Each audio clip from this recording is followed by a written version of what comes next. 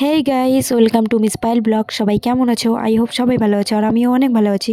সকাল সকাল রেডি হয়ে বেরিয়ে পড়েছি। আর যেহেতু বাড়িতে ব্রেকফাস্ট করার টাইম পাইনি, তাই ভাবলাম এখানেই ব্রেকফাস্ট করে নেওয়া যাক।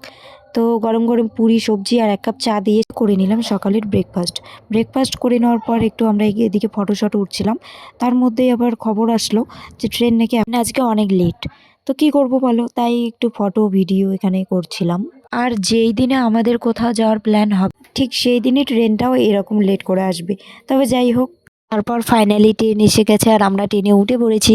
আর এখন যাচ্ছি আমরা কোচবিহারের উদ্দেশ্যে। অ্যাকচুয়ালি অনেক দিন থেকে আমি ঘুরতে যাই না, কারণ তোমরা তো সকলেই জানো আমার ক্যাম্প ছিল ডিসেম্বরের 22 তারিখে ক্যাম্পে গেছিলাম। আর ক্যাম্প থেকে এসেছিলাম 29 তারিখে। তারই মধ্যে এসেছে দুজন দাদা নেপাল থেকে। তো ওরা বলছিল চল ঘুরতে যাই। তারপর আমরা ট্রেন থেকে নেমে উঠে পড়লাম টোটোতে, কারণ কোচবিহার থেকে তো রাজবাড়ি একটু দূরেই, তাই টোটোতেই যেতে হবে, হেঁটে যাওয়া তো সম্ভব না। বেশি টাইম লাগেনি আমাদের যেতে, তাই দেখতে দেখতে আমরা পৌঁছে গেলাম রাজবাড়ির গেটের সামনে, দেখতেই পাচ্ছ। তারপর আমরা টিকিট কাউন্টারে টিকিট কেটে ঢুকে পড়লাম ভেতরে। আর ঢুকেই দেখতে পাচ্ছ রাজবাড়িটা কত সুন্দর লাগছে দেখতে। আমি তো বিশেষ করে অনেক দিন পরে আসলাম, মোটামুটি 2 বছর আগে এসেছিলাম। গাইস, আমরা রাজবাড়িতে এসে গেছি। এই দেখো, যেহেতু আমি ভিতরে ঢুকিনি, তাই তোমাদের সাথে আমি রাজবাড়ির বাইরেটাই শেয়ার করলাম। আর তোমরা কারা কারা রাজবাড়ি ঘুরেছো আমাকে অবশ্যই কমেন্টে একবার জানিও। আর দেখো কত সুন্দর লাগছে সামনটা দেখতে। আর আমি তো অনেক দিন পর আসলাম, মোটামুটি 2 বছর আগে এসেছিলাম আমি দাদার সাথে। তো তখন দাদা আমাকে বেশি ঘোরায়নি। আচ্ছা, তোমাদের কাছে কোচবিহার জায়গাটা কেমন লাগে আমাকে অবশ্যই কমেন্টে জানিও। তো গাইস আমরা এখানে এসে এই যে আড্ডা মারছি। আড্ডা মারার জন্যই তো আসা এখানে। আর এসেই তো আমার মোবাইলের নেট শেষ হয়ে গেছে সম্পূর্ণ।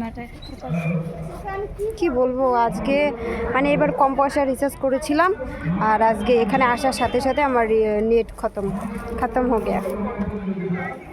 তো গাইস, দুঃখের কথা আর কি বলবো, বেশি ভিডিও বানাতে পারিনি আমি আজকে। তবে যাই হোক, আমাদের সাথে এসছে ছোট্ট একটা ভাই আর একটা বোনু। তো ওরা জেদ করছে, ওরা খেলতে যাবে, তাই ওদেরকে নিয়ে চলে গেলাম এনএন পার্কে। যেহেতু ট্রেন আজকে অনেক লেট ছিল, তাই আমরা কোচবিহারে পৌঁছেছিলাম 1টার সময়। তাই আমরা বেশি ভালো করে ঘুরতে পারিনি, আমরা সম্পূর্ণ পার্কটা অবধিও ঘুরতে পারিনি, কারণ এতটাই লেট হয়ে গেছিলো আমাদের সেদিন। তাই আমরা ঠিকভাবে ঘুরতে পারিনি। আর এদিকে আমাকে দেখো, ছোট ছোট বাচ্চাদের সাথে গিয়ে আমিও ছোট বাচ্চা হয়ে গেছি, আমিও এদিকে একটু খেলছিলাম। আর সকালবেলা যেহেতু 2টো পুরি আর সবজি খেয়েছিলাম সবাই, তাই সবাইকে অনেক খিদে লেগেছে। তো আমরা আর বেশি ঘুরলাম না। আর সম্পূর্ণ পার্কটা ঘুরতাম, বাট খিদে লেগেছে প্রচণ্ড, তাই আমরা আর ঘুরলাম না। আর বাইরে বেরিয়ে পেয়ারা দেখে তো আর আমি আর লোভ সামলাতে পারলাম না, তাই আমি নিয়ে নিলাম 1 প্লেট পেয়ারা মাখা। পেয়ারা মাখা খেতে আমার দারুণ লাগে। তারপর পেয়ারা মাখা খাওয়ার পর আমার খেতে ইচ্ছে করছিল মোমো, তাই 1 প্লেট মোমো নিয়ে চটপট খেয়ে নিলাম। আর বাসে কে কে উঠতে পারো সেটা আমাকে কমেন্টে জানাও, আর কে কে উঠতে পারো না সেটাও আমাকে অবশ্যই কমেন্টে জানিও। আমি তো একদমই উঠতে পারি না, আমার প্রচণ্ড মাথা ঘোরে।